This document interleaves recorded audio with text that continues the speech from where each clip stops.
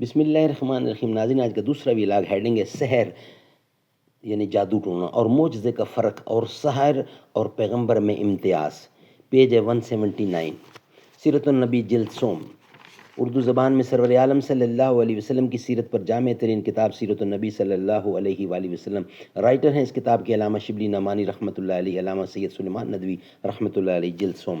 بسم اللہ الرحمن الرحیم، الحمد للہ رب العالمین والصلاة والسلام علی سید المرسلین وعلی آلہ واصحابہ اجمعین۔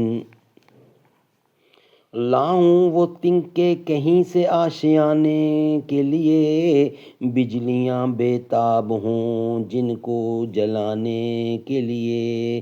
وائے ناکامی فلک نے تاک کر توڑا اسے، میں نے جس ڈالی کو تاڑا میں نے جس ڈالی کو تاڑا آشیانے کے لیے۔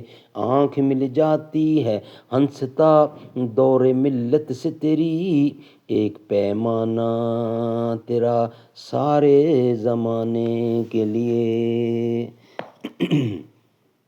سحر اور معجزے کا فرق اور ساحر اور پیغمبر میں امتیاز۔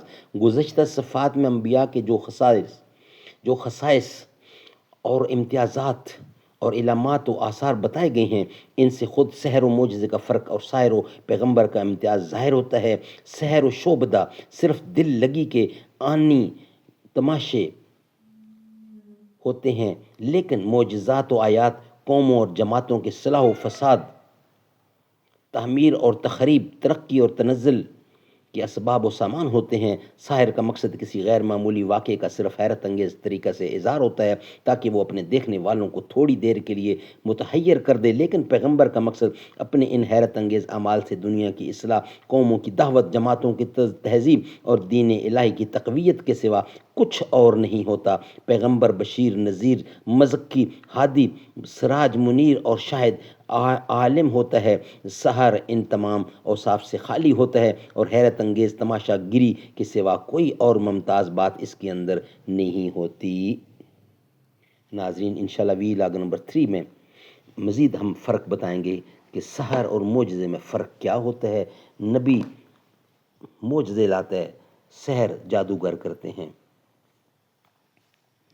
حبیب خدا کا جو در مل گیا ہے، مجھے امی عائشہ کا گھر مل گیا ہے، میری خوش نصیبی میرا یہ مقدر، مدینے کا مجھ کو سفر مل گیا ہے۔ میں ان کے ہی صدقے ثناخواں ہوں، ان کا عقیدت کا مجھ کو ثمر مل گیا ہے۔